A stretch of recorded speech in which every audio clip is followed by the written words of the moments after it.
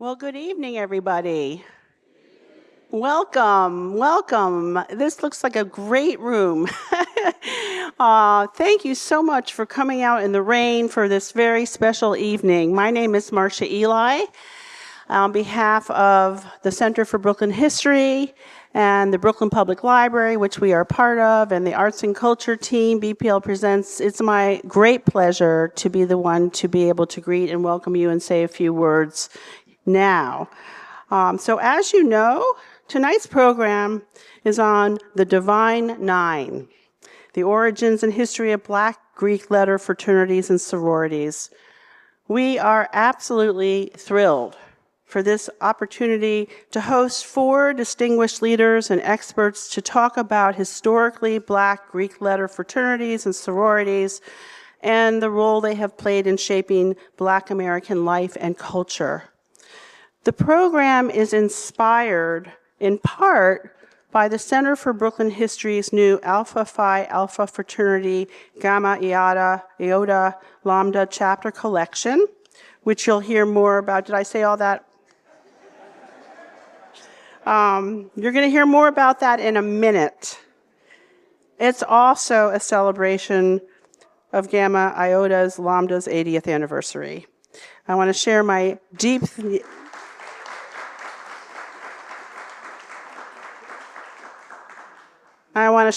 thanks to Dr.Andre McKenzie and everyone on the Gamma Iota Lambda committee for your partnership tonight. It's been a joy to work with you. Now let me tell you a little bit about how this evening will go. In a moment, I'll introduce my colleague, Deborah Tint, who will share her insights and experience related to this special collection that she processed. Following Deborah's presentation, we are delighted to welcome up our esteemed panelists, and I'm going to share more about these 4 leaders and experts after Deborah speaks. Toward the end of the moderated discussion, there will be time for your questions. Our ushers will bring a mic to you at your seat. I only ask that you please stand as you speak and keep your questions brief and really try hard not to give a long commentary. And then following the program, thank you to Gamma Iota Lambda, will be able to continue to mingle and celebrate at a light reception.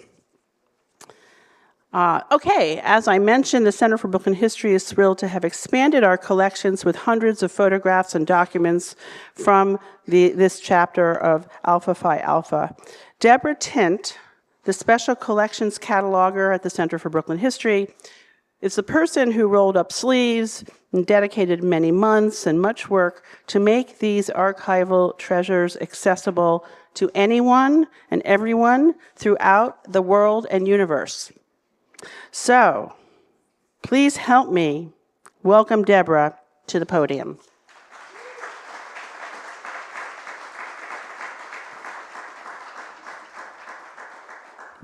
Thank you, Marcia, and welcome to everyone here. I would first like to introduce you to what we do here at Center for Brooklyn History. Is this good?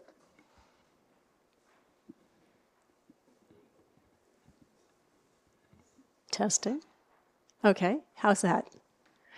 What we do at the Center for Brooklyn History, and then speak a little bit about my process cataloging the Gamma Iota Lambda photograph collection.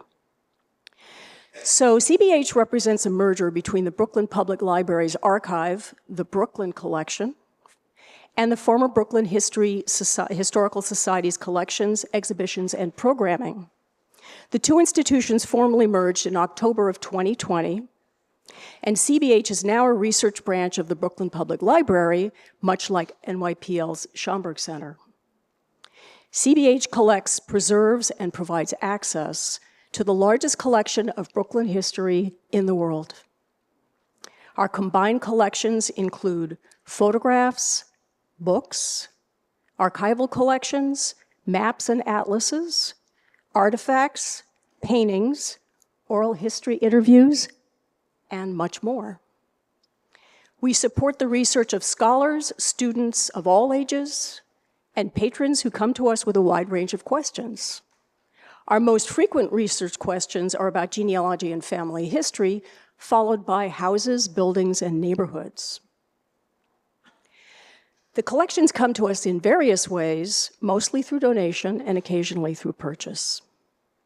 Once a collection is accessioned, it is then processed by members of the archival team. This necessary step allows us to organize and understand the scope of collections, their materials, formats, subjects, comprehensive dates, and preservation requirements, so we can make them discoverable and usable for researchers.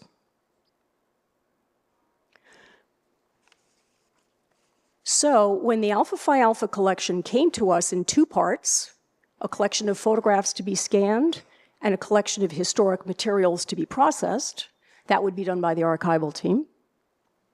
I, as the photo cataloger, had the pleasure of delving into the photographs and learning as I digitized. I would like to share with you my process of understanding and cataloging the collection. So just to say that this is, I mean, you may be familiar with this photograph, but this is the charter event at the St. George Hotel, which is here in Brooklyn Heights. So as I was scanning the materials, I found many photographs with captions that proved vital to my understanding of the people, dates, and locations of the photographs, but not everything was labeled, and I needed to do a little detective work to better identify the photographs. As it happens, this scenario was very, very familiar to me from personal experience. I inherited 100 years of my own family photos, all loose, most without captions, and very little understanding of the context.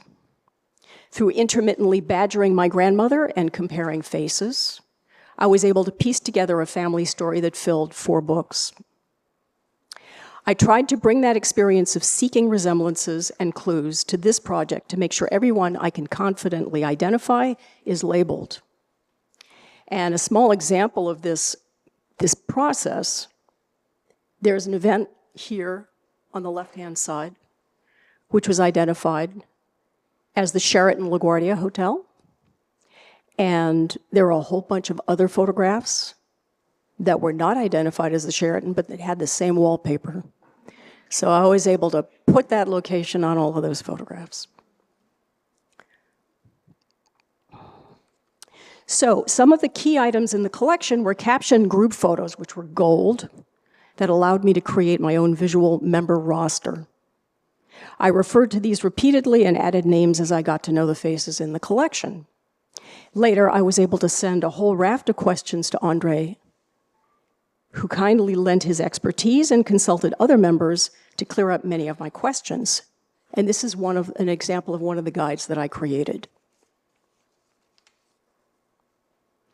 By luck, one handwritten caption, which you can see here, you can see the handwriting here is the same as the handwriting here. It was signed by John P. Rice, Jr., so we were able to identify that the captions in the album were all his.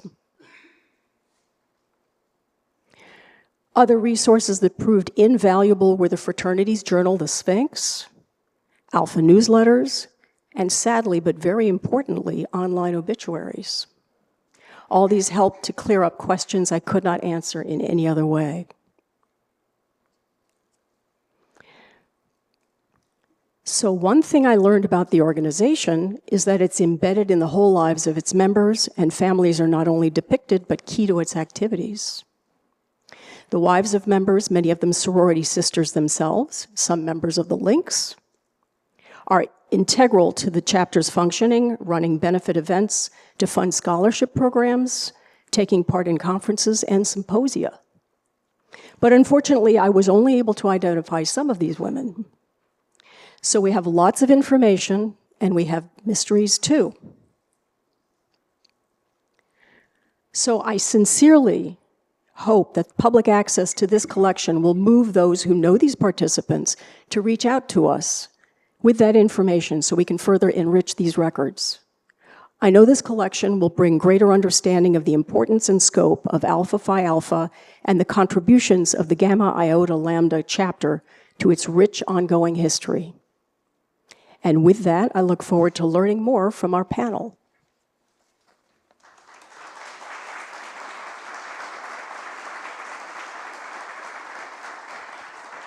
Thank you so much, Deborah. So now it's my joy to tell you a little bit about our panel and turn the program over to them. Lurie Daniel Favors is the Executive Director at the Center for Law and Justice at Medgar Evers College. She is an author, activist, and attorney with a long-standing commitment to racial and social justice. She hosts the Lurie Daniel Favors Show on Sirius XM's Urban View Network, a national talk show that tackles issues of race, gender, culture, politics, and the law. And its accompanying podcast, Lurie Breaks It Down. Ms. Daniel Favors earned her JD from New York University, where she was a Root Tilbin Kern Public Interest Scholar. She's a proud member of Delta Sigma Theta Sorority Incorporated and adheres to the West African principles of Sankofa. Dr. Walter M. Kimbrough traveled to us from Atlanta, Georgia tonight. His long career in student affairs includes positions at Emory, Georgia State, Old Dominion, and Albany State. In 2012, he became the 7th president of Dillard University in New Orleans, where he served for 10 years. He's currently the interim president at Talladega College. He's widely recognized for his research and writing on HBCUs. In 2020, Dr. Kimbrough was appointed by President Joe Biden to the President's Board of Advisors on HBCUs. He is the author of the book, Black Greek 101, The Culture, Customs, and Challenges of Black Fraternities and Sororities, and he is a member of Phi Alpha. Maya E. Latimer is a passionate educator currently serving as the Educational Director of Round the Clock Nursery. She is president of the National Pan-Hellenic Council of New York City and a member of Sigma Gamma Rho Sorority Incorporated, inducted in 2013. She has served on many and varied committees and held a number of board positions on the local level. And Maya comes to us from Harlem, New York. And finally, our moderator tonight is Dr. Andre McKenzie. He served as an academic affairs administrator at St. John's University in Queens for 38 years, retiring in 2004, most recently as vice provost for academic support services and faculty development. He was also an adjunct associate professor teaching both undergraduate and graduate courses.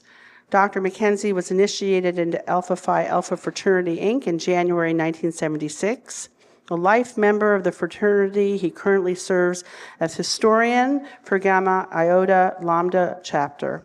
He is a contributing author to African American Fraternities and Sororities, The Legacy and the Vision, and Phi Alpha, A Legacy of Greatness, The Demands of Transcendence. So please now help me welcome our wonderful panel to the stage.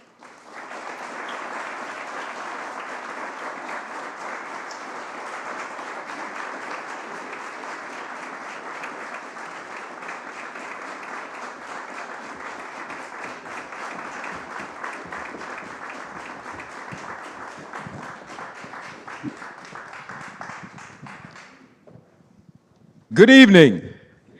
Good evening and welcome. I'm honored to moderate tonight's important discussion on the legacy, the impact, and future of Divine Nine fraternities and sororities. And I send a heartfelt thank you to our three distinguished panelists for sharing their time and their insights, to all of you who are here with us tonight to join us for this program, and especially to the Center for Brooklyn History for hosting and supporting this very, very meaningful conversation. Welcome again. Let us begin. We're going to start with the question examining the origins of the Divine Nine. And again, I had the opportunity to share the questions with the panelists beforehand. What are some of the reasons and circumstances that led to the creation of Black Greek letter fraternities and sororities? Who'd like to begin? Okay, I'll start. So first of all, good evening to everyone.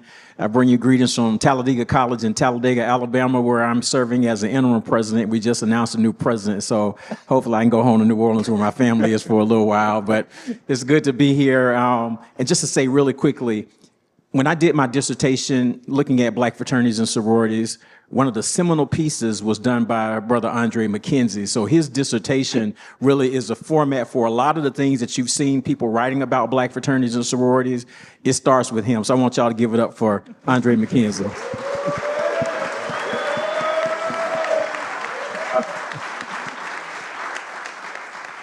All right, so very quickly, high level.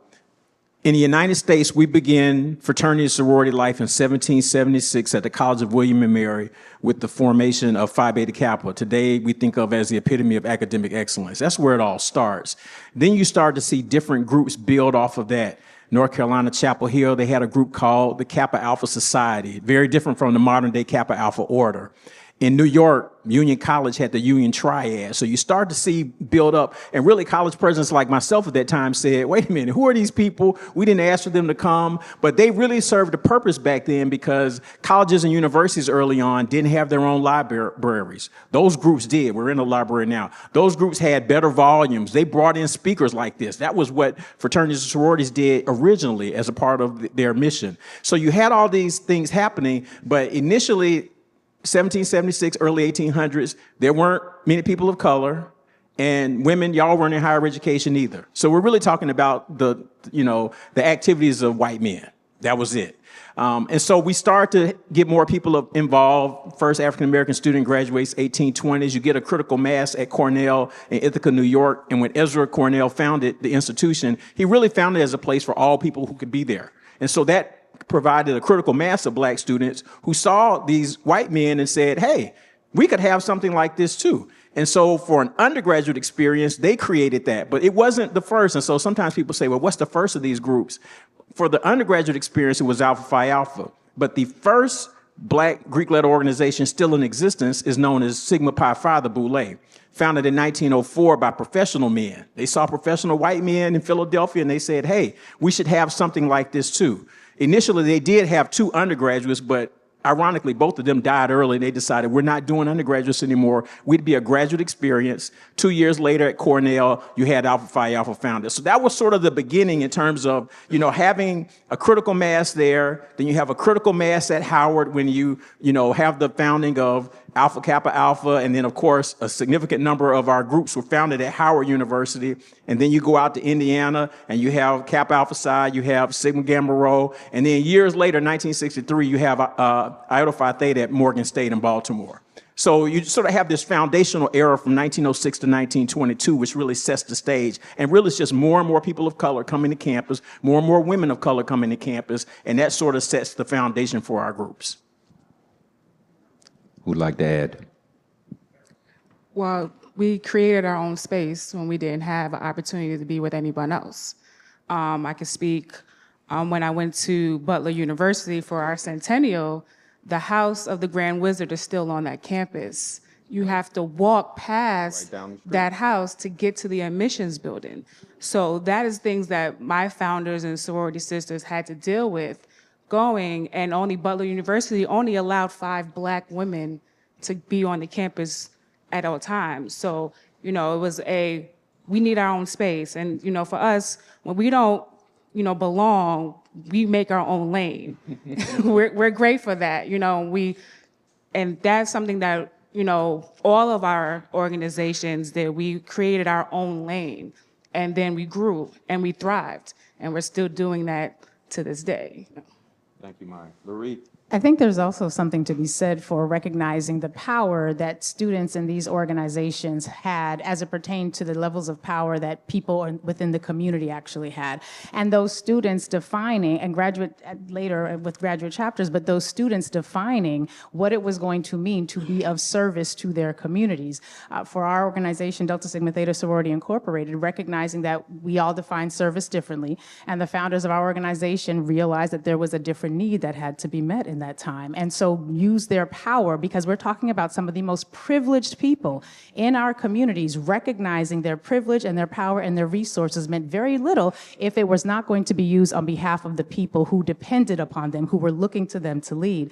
And so it is important that we are clear, not just that there is this historical precedent, and I know we'll get into this later, but the need for that service is greater now than perhaps it ever has been since that Grand Wizard was on that campus at the same time as your founders.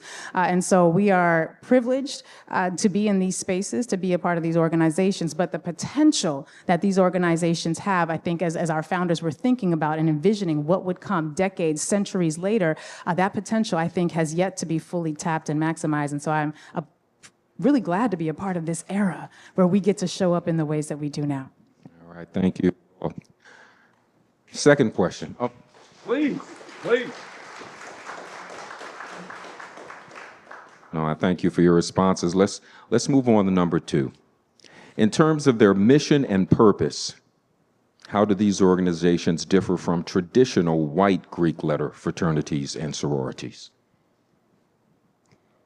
So as it pertains to the Women of Delta Sigma Theta Sorority Incorporated, those of you who are familiar with the history, you know the history, but the very first act of public service that our founders engaged in was confronting the forces of white Christian nationalism, of racism that were really congregating in a way to prevent women from having access to the vote. And these young women, 20-somethings, if you will, at best, realizing that their power and their privilege and their resources needed to be activated in that moment. And so their first act of service was being a part of this march in 1913, the Women's Suffrage March, at the same march where Ida B. Wells was present, at the same march where Ida B. Wells was told she could not participate in this march, though she had done all of this work in Chicago to help bring suffrage, not just to women generally, but to Black women in particular. And so these young women thrust themselves into this space at risk of their own lives, as were the other Black women who were there, particularly Ida B. Wells being principal among them. But when that is your foundation and your first act of service is one that not just puts your life, your physical body at risk on behalf of not just yourself, but on behalf of all those who sent you, that I think has been one of the fundamental aspects of our organization that has lasted and has grown. And so service and the mission being one that ties the power that we have as people who are in these elite spaces to the outcomes and the interests of our broader community, I think has set a tone for our organization from then until now. All right, thank you. Maya? I would add for service, we all, service the youth. We have our affiliate groups. We, Estero has the Rowers, the Rosebuds. I know there's the Arcanettes and, the Alpha Gems. There's other groups.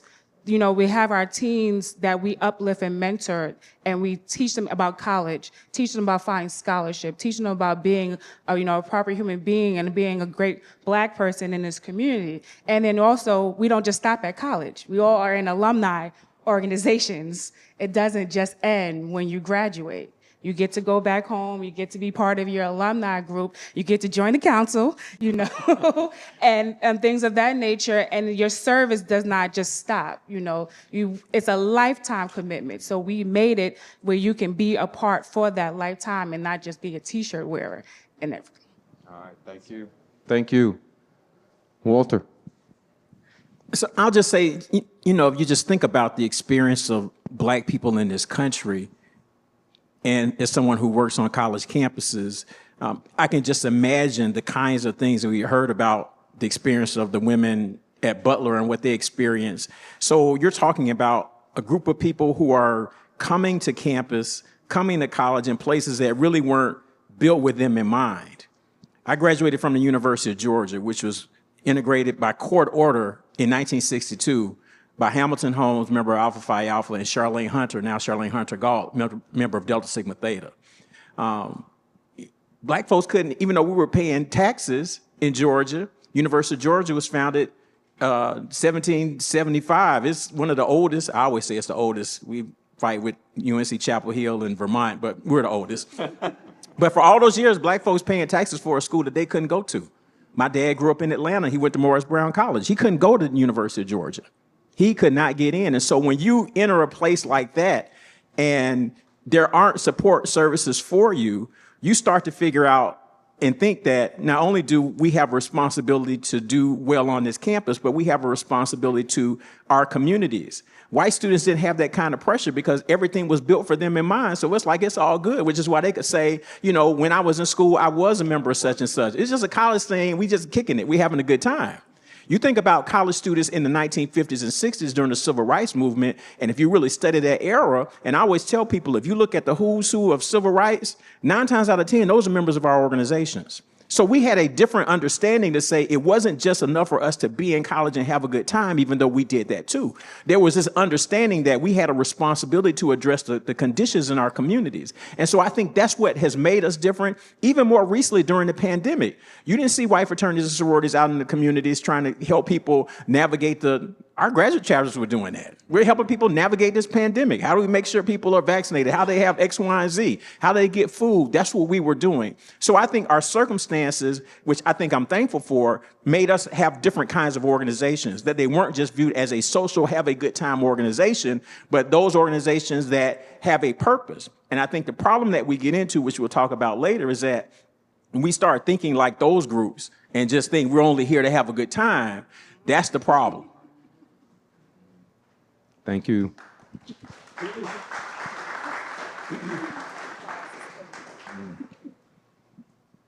I think when most people think of college fraternities and sororities, they think, I think as Walter pointed out, of a social aspect of it.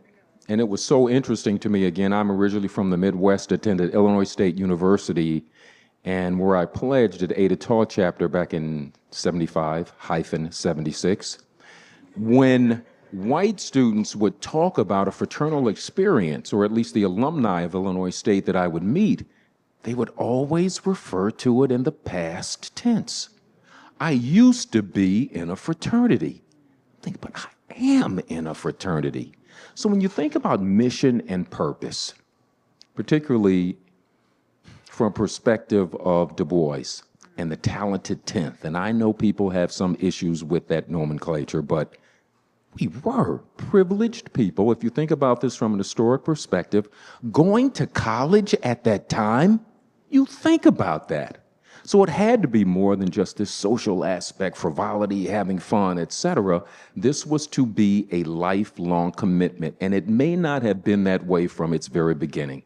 I think there has been an evolution in mission and purpose for the Divine Nine, and maybe it started off a bit different, but they matured. But I think early on they realized the importance that they had to the Black community and service toward it. So thank you. And that leads right into this one. All 9 of the organizations profess a commitment to service. How has this commitment been demonstrated in their work with the Black community?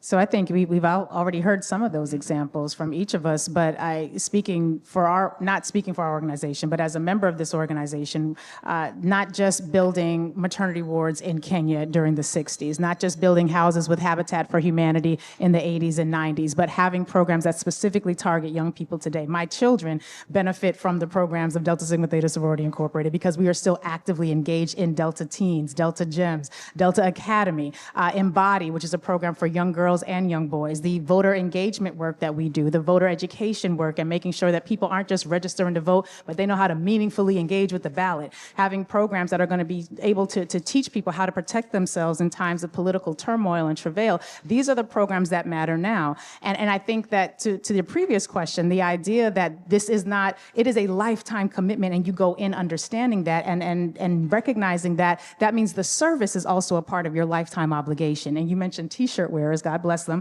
But the work, God bless, God bless. We listen and we don't.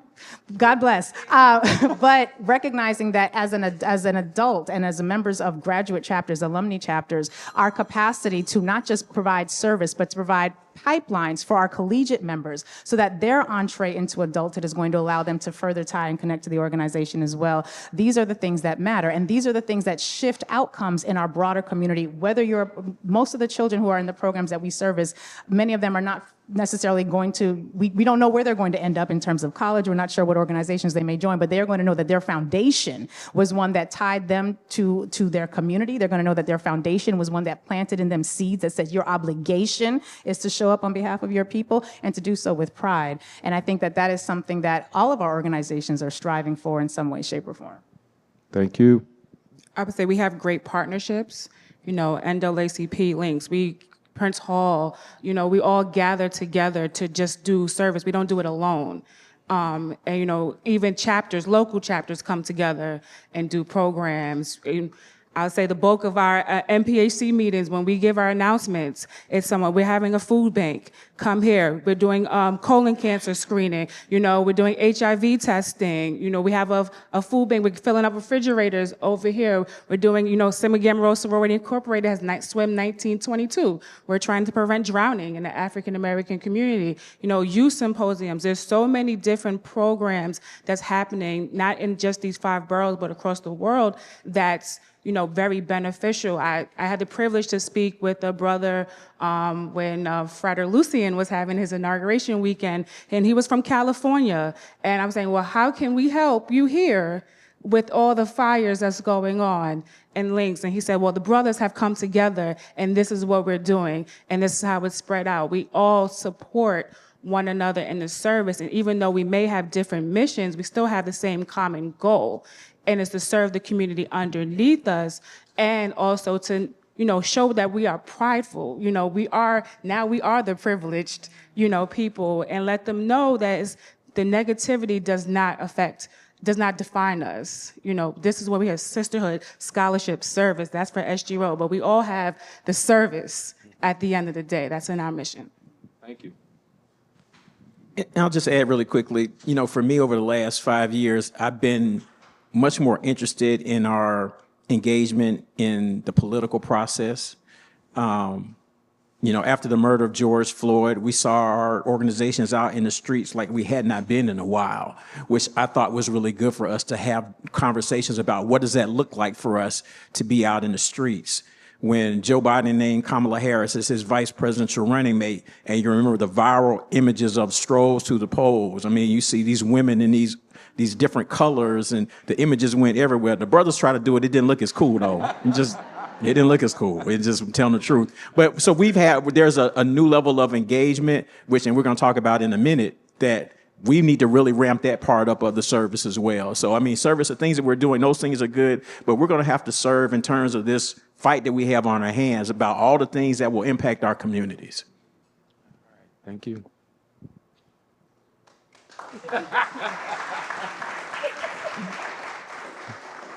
Thank you. How have the Divine Nine organizations evolved over time? And what role did they play in the civil rights movement and other social justice movements? Like I said, when you really start to look at the civil rights movement, and particularly on campuses, you saw our organizations as incubators of this class of people who would lead the civil rights movement. They became the training grounds for that movement. And so we saw that during that period. One of the things I've looked at a lot of when I was working on my book, going through archives and looking at those pictures from those times. And you saw a lot of people wearing the fancy sweaters, to indicate the organizations that they were in. So that was very important for us. And so that happened during a period of time. You go through the 70s and you start looking at early 80s, and there really was sort of like this popular culture fetish, if you will, of our organizations. Ebony Magazine had an article in 1983. Our former general president, Ozell Sutton, is quoted as saying, "We got so many people trying to join our organizations right now. It's just, they're just coming out everywhere." Then you get Spike Lee starts doing some movies, and it really raises. And so then people are talking about our groups, but they're either talking about hazing or stepping, and that's really it. And we went through a period of time where there's just pop culture is just fetishizing what we do. And so people are joining because they see these popular culture images. So I think we went through, to me, this wilderness. I was initiated in 1986 at the University of Georgia. So, School Days comes out, I'm in college. I'm watching all of this. And so we went through, to me, this wilderness period. I think we really got to reset in 2020 for us. That's the way that I look at it. We're in this centennial era from, 2006 to 2022, and all this starts to happen. So that's the way I look at how we've changed over time. And so I think we're in a good space, in a space now that we're really needed because, like I said, the challenges that are facing our people, and particularly when I think about the skinny budget that was just released, Lurie and I were just talking about it, where the president's proposing to get rid of work study. That should make everybody because I don't know no black folks that get excited when you say I'm getting rid of work study, okay? Work study, subsidized loan. A subsidized loan means I don't have to pay the interest on that. The government pays it. They're like, yeah, we're going to get rid of that. TRIO programs, which a lot of our groups help with the TRIO programs. We're going to have to speak up for our community. So I think this is an opportunity for us to really dig into that civil rights DNA and apply it today. That's the way that I look at it. And we have such great folks to look at from that era up until now. Dorothy Height being one of the principal among them, in my perspective, and recognizing that the work that was being done then, you called it the wilderness period, almost was good preparation for what it is we're going to have to do now, because there is the same way that they destroyed Reconstruction after the Civil War, the same way that they came out and had that 90 period we call the nadir, where it was worse than slavery. We are seeing all of those elements come back. And so when we think about what our founders were doing in the civil rights movement, as I mentioned earlier, starting as we have people preparing to march on Washington, demanding the Civil Rights Act of 1964. In 1963, we've got women in Kenya creating maternity wards, dealing with maternal health crises that were taking place there. Maternal health crises are something we're dealing with right now. We're going to have to bring those skills forward. We had people who were building houses and providing homes and infrastructure for communities who had been completely abandoned by the state and by the federal government. We got a lot of folks dealing with some housing insecurities, and now that they are also having, you forgot to mention Section 8 is also on the chopping block, right? So when Section 8 program, and not to say that Section 8 and the current iteration of the program is phenomenal, but it's better than not having a program at all. We're going to need to be thinking about what does it look like to have creative housing programs and creative job opportunity programs. I was speaking with a sister this morning on my show, and one of the challenges that I worry about and have been worrying about since Project 2025 was first announced was what's going to happen in June when our kids, K through 11, finish their education and are sent home for the summer with no free breakfast programs, no free lunch programs, other than the vacation Bible schools that a lot of us used to go to, such as they still are, they're not going to have the financial infrastructure to help them fill in the gaps that are going to show up between June and September. I have an 18-year-old son. My husband and I are in active conversation, have yet to find out what our family contribution is going to be for college. Now, he's fortunate because he's born in a family where we're going to be able to meet his needs, but most of our folks are not. Economic civil rights is going to play a key role. And what we saw people doing before, where you are literally going into the dirt, digging up dirt and erecting homes, we are going to have to do that again. When it comes to thinking about our medical issues, our educational issues, we had women throughout the South creating mobile libraries to meet the needs of what was happening when education was being snatched away from our communities. After Brown v. Board of Education, that 1954 Supreme Court decision comes down, you had white communities that would rather close every school as opposed to being educated alongside ours so that they could restart those schools in their private churches where we could be excluded, and having to fill in that gap and providing education programs, library programs that were not going to be sanctioned by the state, but were sanctioned by us. And those skills that our founders and those who have carried our organizations through the civil rights movement till now, those skills are going to be necessary now more than ever before, because as I've been sadly proclaiming, we have to consider every single resource that our community currently relies upon and currently consumes that is provided by somebody other than us. And imagine what happens once they no longer are required by law, by custom, or social mores to provide those services. What's going to happen when they start cutting off NYCHA housing funding? What's going to happen when they start cutting off programs that all of our kids have relied upon to get in, not just into school, but to get into good schools and to be able to go on to graduate schools? We're going to have to fill that gap. I would like to believe that our organizations and the founders and the work that they have done in the past that they have laid have prepared us for that, and time will tell. We will get a chance to show and prove.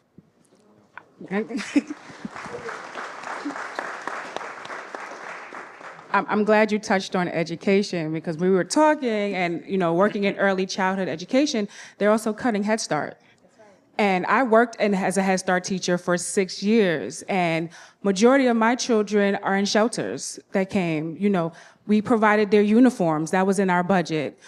This is where they get their meal, breakfast, lunch, snack. We don't know. Also, we had fun where we gave them food pantry. We had supplies. And even for the families who were in shelters, who may not have a kitchen, our kitchen staff stayed late to cook the food so they had a hot meal to take home. You know, even with the migrant students, when they came to shelters, we had a lot of those children in there. And it, you know, when people think of education, they think of starts in kindergarten. It starts at birth, you know, and parents need a place to drop their children off because they have to go back to work because you only get, 6 weeks of maternity leave, 8 weeks if you have a C-section. Paternity leave just got started, and sometimes that's not always guaranteed. So, you know, my program takes children at 6 weeks to start care. And, you know, unfortunately, we'll be able to be open from 7 to 6, but a lot of programs have to cut, and you have to pick up at 3 o'clock. Or you have a half a day program. So it's really hurting because you can't find a babysitter. You know, I worked at a center where to bring your child as an infant cost you $2,800. And that was back in 2015. It's more now. It's a lot of money just to sit there and say, am I going to work? Because I'm just working to pay for childcare.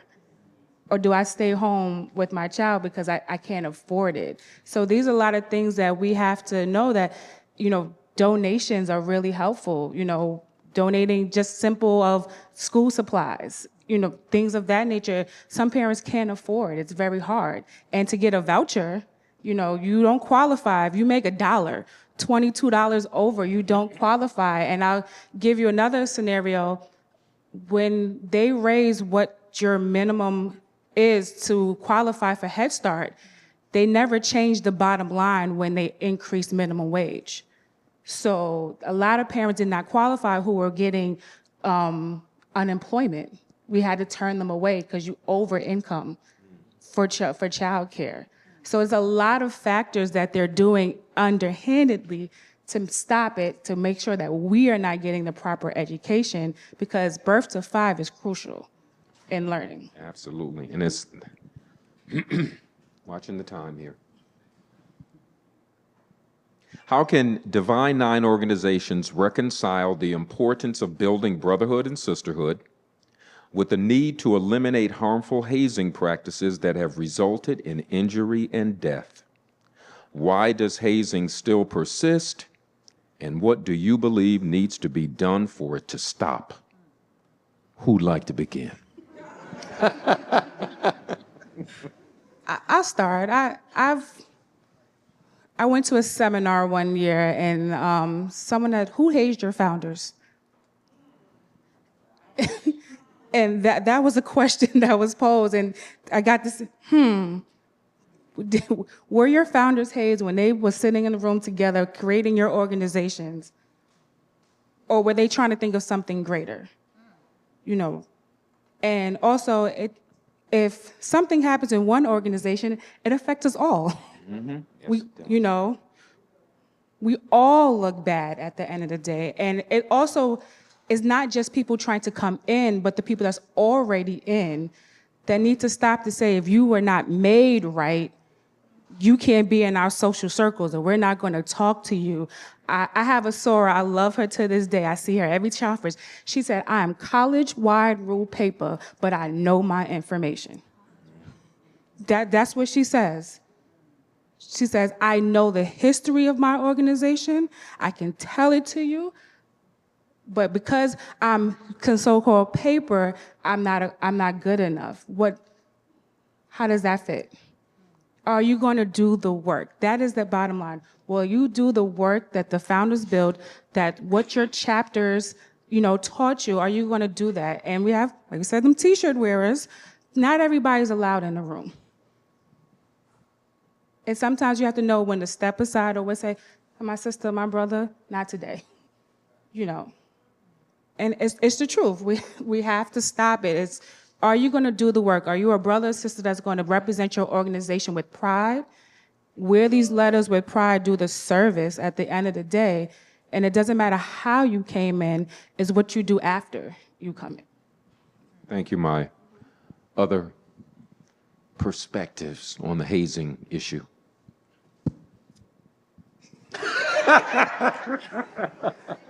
Walter. Y'all the scholars. Come on, Professor. Come on. Okay, this wasn't in my bio, so I'm going to make a confession. I'm an expert witness in hazing cases. I've been doing hazing cases for over 25 years. When the young women in California drowned related to AKA, I worked that case. When the drum major died at FAMU, I worked that case. My home is in New Orleans. When the young man died at Southern, who did they call? I just got off the call with the attorney for Southern. I'm working for Southern on that case. I wrote a piece in the Sphinx several years ago calling hazing the unwinnable war. Hazing dates back to German universities in the 1400s. It's called penalism. You had to carry around a pen. They beat the hell out of them. Great Britain, 1700s, they called it fagging. It was personal menial servitude. 1850s or so, United States, it's a combination of both. We hazed freshmen. They weren't viewed as good enough to be on campus. Colleges and universities, 1920s in the United States said, we got to stop all this hazing of the freshmen. It was sort of like the Greek organizations of all groups got together and said, wait a minute, this hazing stuff is good. We need to keep it going. And even though we try to make changes with it, as you see, it's metastasized, and we see it in bands, athletic groups, all kinds of things. There's a survey out of University of Maine, stophazing.org. Almost 50% of college students come to college having experienced hazing. There's a high school hazing case that's been in the national news over the last week. So I don't have the answer.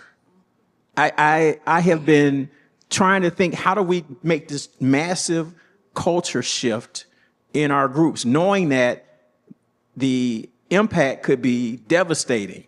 I have been on campuses, Southeast Missouri, Michael Davis died, pledging Kappa Alpha Psi, early 90s. I spoke on that campus a couple years after he died, and it was almost like nothing happened. They were just like, this is what we do.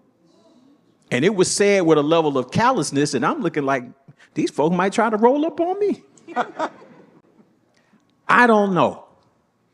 But it's almost like this idea of the Protestant work ethic gone wrong, where people say you have to earn this. And it's always funny for me because sometimes college students are always trying to get by when it's time for class. They want to do the least. But for this, they want you to do the most. And so I don't know how we get, and it's not just our problem. It's something that we've got to figure out. How do we start working with middle schools when they start talking about bullying? We got to start talking about hazing, because they come predisposed to accept hazing. Because there's more hazing happening in high schools than people even realize. It's a lot, and it's not just the athletic teams, okay? There are in some places, particularly in the South, you have these little clubs that are mimicking themselves like our organizations. In cities like Birmingham, they got the jackets and everything, and they stroll and they doing everything. So it is a thing that vexes me all of the time, and you can go and do a workshop, and next thing you know, it's somebody else. The other thing I'll say really quickly, part of the problem is there is a group that I have started to call, and I wrote a piece for MSNBC last month or so. I call them extended adolescents. 22 to 30 years old, unemployed, underemployed. They ain't in no graduate chapter. They the old heads. So they listen, so they roll up, and it's like, and I don't know what old head is. I play as an 86, so it's like old head today is like, what, 21, 22? They're wreaking havoc. When the Southern case happened, I was interviewed by a paper, and they said, well, what do you think about it? I said, give me a couple days. I'm going to wait till the arrest happened. When they arrested the 3 people, they were 23, 25, and 28. Extended adolescents. Okay? I don't know what we do with them. Our general president assigned me to be on our committee to look at hazing. We're going to do some creative things. But the extended adolescents not coming to the trainings. They're not coming to the chapter meetings. They're going to do what they want to do, and they have such sway over the current undergraduates that it's hard to change the culture with these people that operate almost as invisible folks out there. So that's just what we're dealing with. That's the challenge. And like I said, I have not figured out how we're going to change that culture with all of these things that are happening. So every year I could work hazing cases all year long and just do that as a job. That's how prevalent it is. And it's not just our groups. I work a lot of I'm working a white fraternity case right now, too. All right. Time for our last question, so we stay on time. And I think we touched on a lot of these issues already. Current anti-DEI efforts will constrict the number of Black collegians and college graduates, pools that the Divine Nine need to remain sustainable. These efforts will no doubt impact our financial bottom line, limit our membership, and threaten the viability of D9 college chapters, especially at predominantly white institutions. Your final question, my colleagues. What actions should Divine Nine organizations take right now to ensure our future survival? And we have approximately 3 minutes on this before we open it up for questions. So, who'd like to begin? They're coming for every Black-owned institution, Black-led, Black-focused, Black-serving. There are going to be a number of these collegiate chapters, be they unending adolescence, as you, I can't remember the quite phrase that you used. They're going to have no choice but to be on the chopping block because the institutions where they are housed are not going to sustain them. And so we are going to have to reimagine what membership pipelines look like in the case that you are not able to have a collegiate chapter at XYZ University. We're going to have to think about what it looks like to access these younger groups of folks, these student-age young people, and think about what their membership might look like outside of the formal recognition of the NPHC on their campus. And I don't know that if we see the removal of NPHC that we will see the same sort of pressure on white organizations. So we should prepare ourselves for that as well. And so it is going to require that there is a lot of creativity, but it might be that would help us to get rid of some of those long-term adolescents in a roundabout way. Maya. I have to say it's been happening before DEI, where collegiate chapters haven't had membership, so they don't meet the requirements that the college sets to have an actual group that's recognized. And a lot of chapters have, just died, basically, because they don't have enough people, or you do get some people to join, but they don't qualify. They don't have the GPA. Right. And then you bring in 1, 2, 5, depending on, especially in the PWIs. I went to PWI, University of Bridgeport, where, you start to see the numbers dwindle. And there was one SG row on campus for about 3 years. And then they had a group of 12. And then they had nobody. And then they get 2 more. But they're not recognized. I've seen, I'm definitely for metro chapters, because if we bring them metro chapters together and take those little chapters that have 2, 3, 4 and put them together, then you have the numbers to stay alive. Especially, I think that might be helpful in New York City. Walter, you have 1 minute until we open it up at 7:30 for our Q&A period. Go ahead. What Lurie said. They coming for all of us. We had this conversation earlier, so she... Can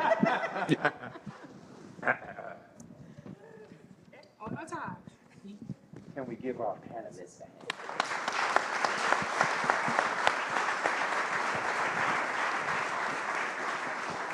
Thank you all so much. We now have a 15-minute Q&A period, and I believe someone from the CBH staff will bring the microphone to you, and you can address your questions to our panelists.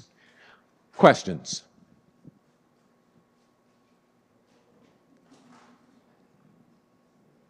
Right in.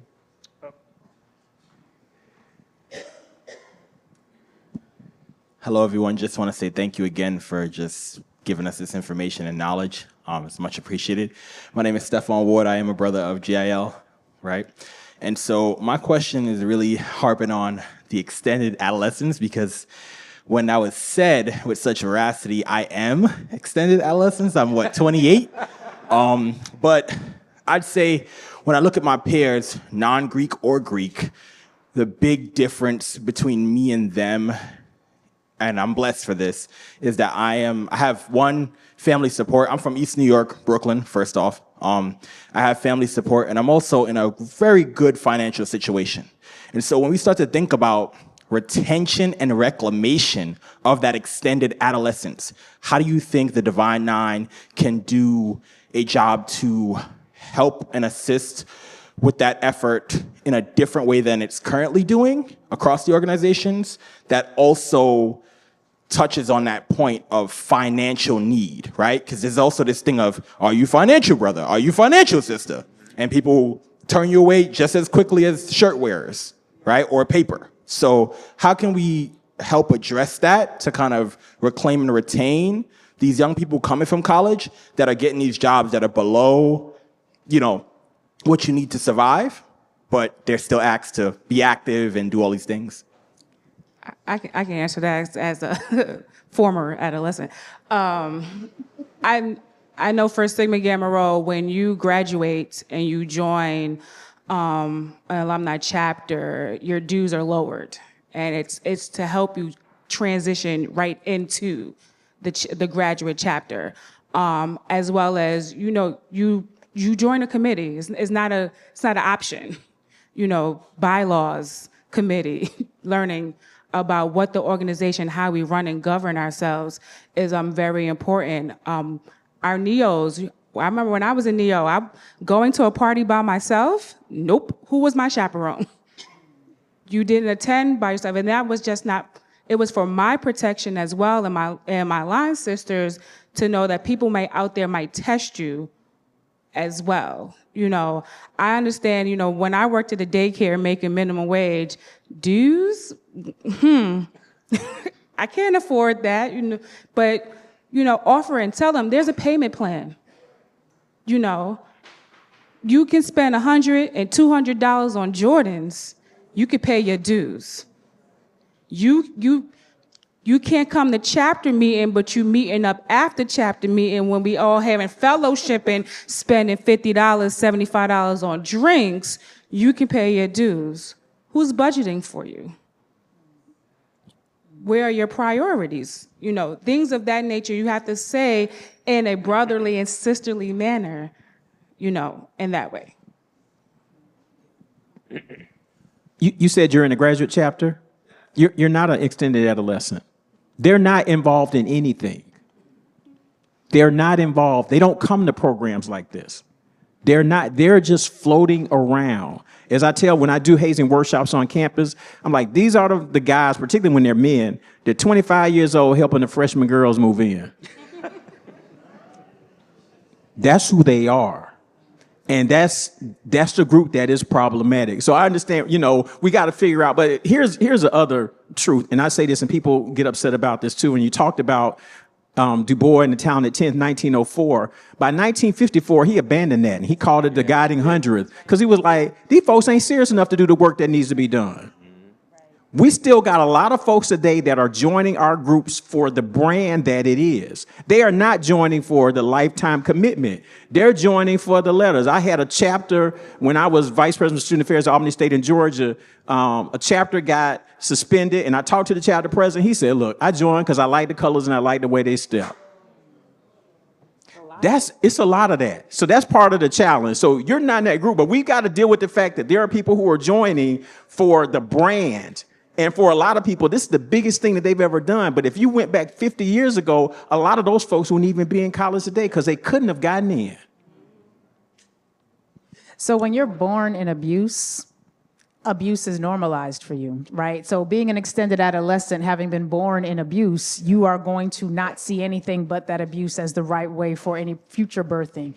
And part of what every family has to do when there is an abuser in the family, you got to name and shame.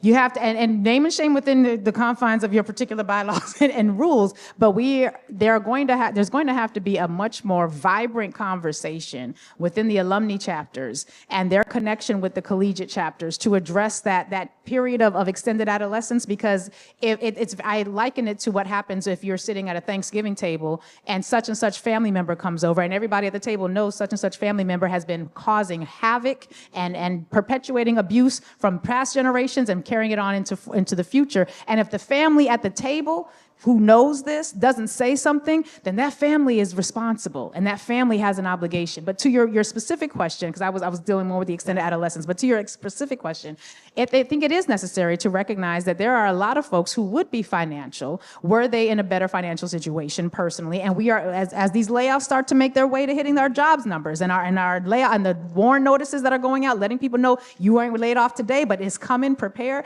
I think we're going to have to see some conversation about what flexibility looks like, some conversation about what those payment plans can look like, and holding a brother and a sister's hand and sort of helping them navigate that process and finding ways for participation that might be much more considerate of their financial situation. But these conversations are going to happen way more in earnest in the years to, and I'd say in the next 6 to 8 months, maybe 6 months to a year. This conversation we're having right now is going to be on everybody's lips because the realities that we're all going to be living in are going to require it. Thank you. Question. We have a hand in the back, and the microphone is on the way.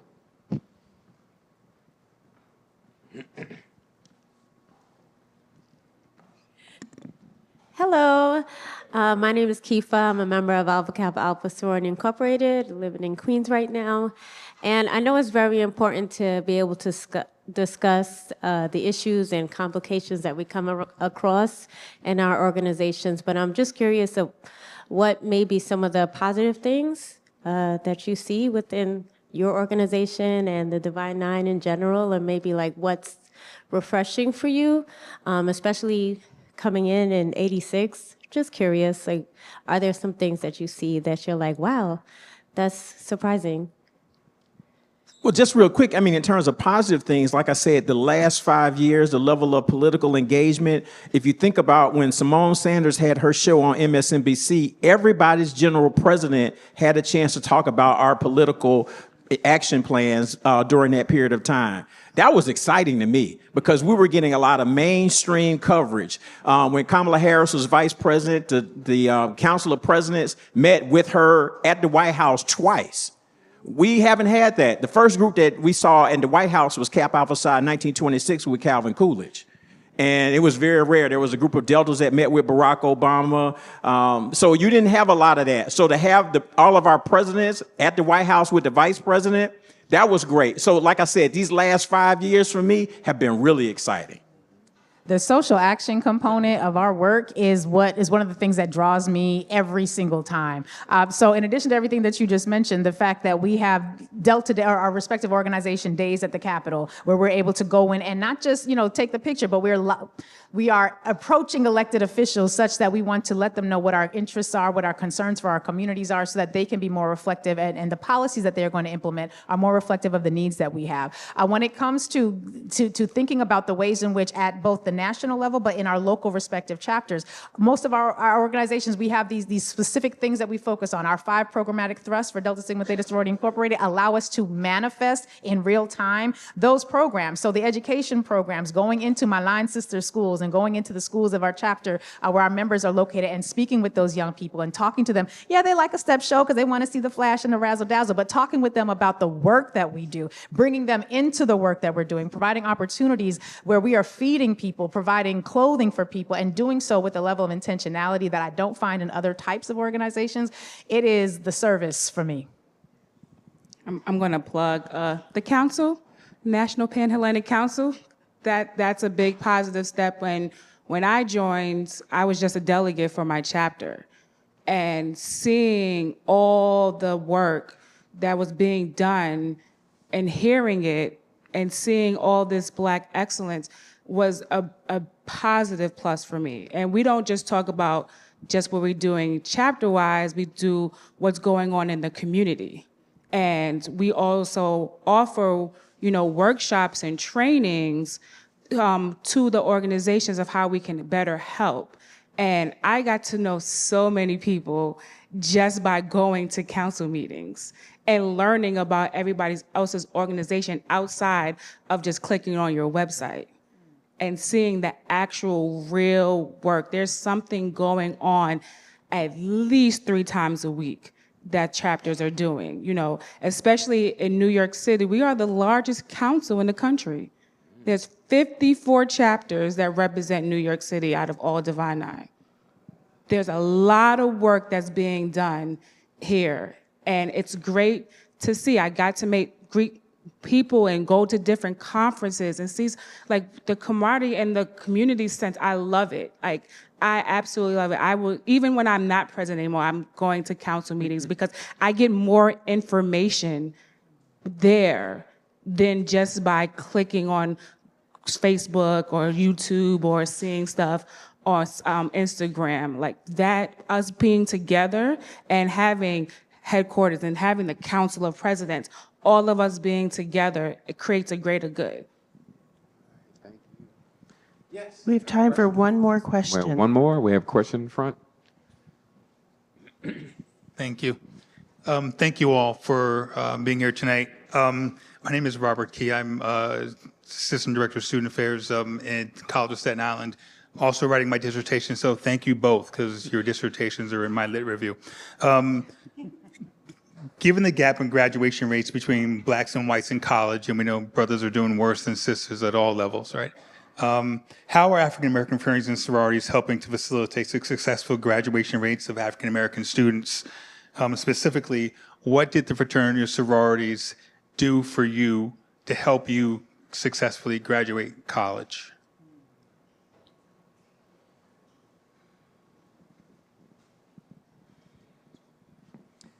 Somebody just asked me this question because she's working on a dissertation to look at this topic a little deeply.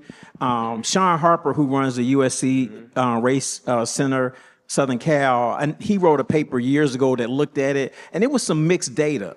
Because for some folks, our organizations really aren't good in terms of retention and graduation. It's a mixed bag for some people. I mean, the chapter that I was involved in, very involved. I mean, I can remember one time when our grades were bad at the University of Georgia, you were compared against everybody. And one time we were at the bottom, and our chapter advisor, Brother Nunley, players at Tuskegee, he left out that room crying. I will never forget it, because he was like, I have never seen Alpha Phi Alpha at the bottom. I'll never forget. I can see it like it was yesterday. So it can be a mixed bag for people. And I think so I would just tell you, I think it's an area that we need to have more study, because I think we need to, for some of our chapters, put that mirror up to say, hey, we're not really doing good. If I do consultations on campus, I was at a school in Ohio and I looked at the grades and we were at the bottom, our groups. Because we got, like I said, there's still people who are joining, and they're joining for the brand and not necessarily for the things that we're talking about. So I think we've got to deal with that. I think it can be supportive, those organizations, and, you know, I think I had positive interaction most of the time, but we need much more study of that and to put that up to say, this is what we've got to address. So I think it's a great topic. Okay, I'm sorry we're going to stop. So you got beat me up later. But she's giving me the eye. That means it's time. Can we give our panelists a hand here?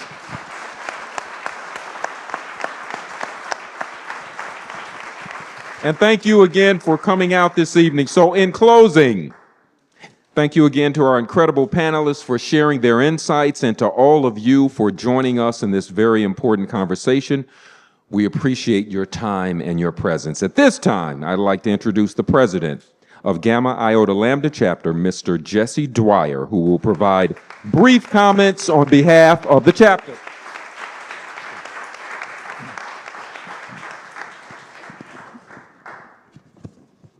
We got a mic right here.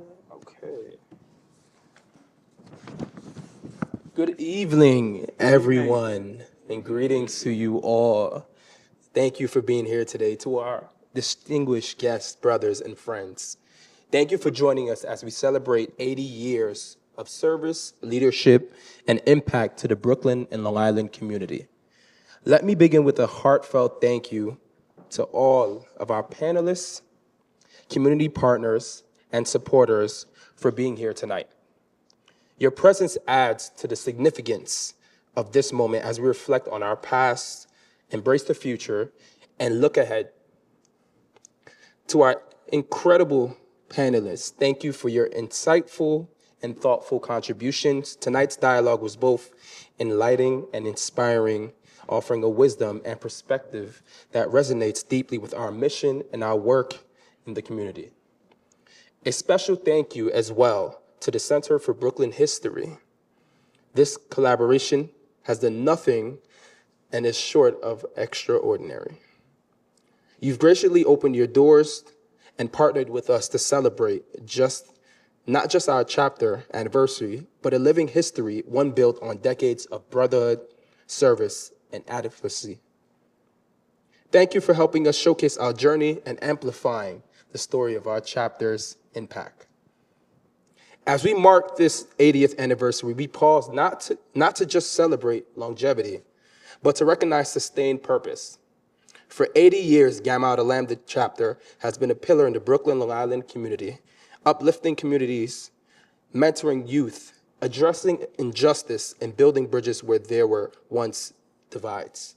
It's a legacy we carry with honor and a responsibility we do not take lightly. I would now like to acknowledge the presence of our special guests. I thank our district director for the New York Association of Chapters of Alpha, Brother Larry Scott Brackman, for attending and supporting our celebration.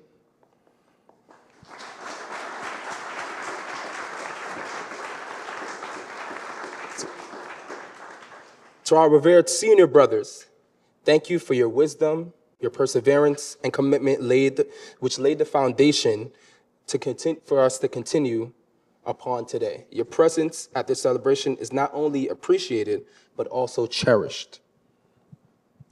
To our esteemed Divine Nine members, your support is deeply appreciated. The bond we share as members of historically Black Greek-lettered intercollegiate organization is sacred, and your presence reaffirms that unity and shared purpose. And to our elected officials and council members, thank you for your partnership, your ongoing investment into the work that we do. We are proud to serve the same communities you represent, and we thank you for walking beside us in the pursuit of progress. And I would be remiss if I do not give a special thank you and heartfelt message to Brother André McKenzie and Brother Floyd Mitchell for their tireless efforts.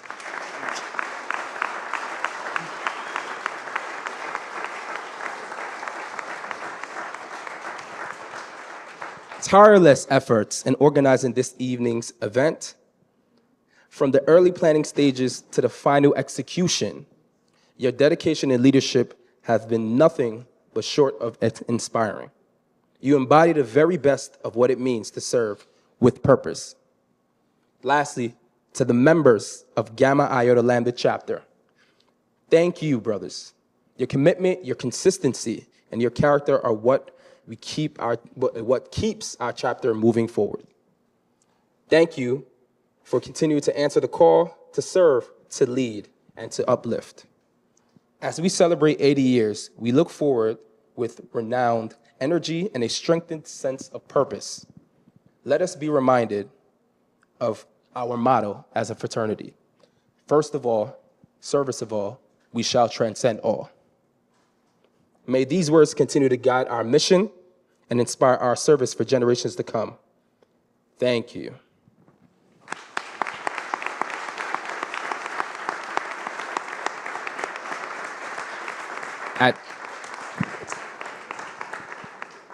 At this time, I'm asking that everyone please proceed to the welcome area for the light refreshments that we have.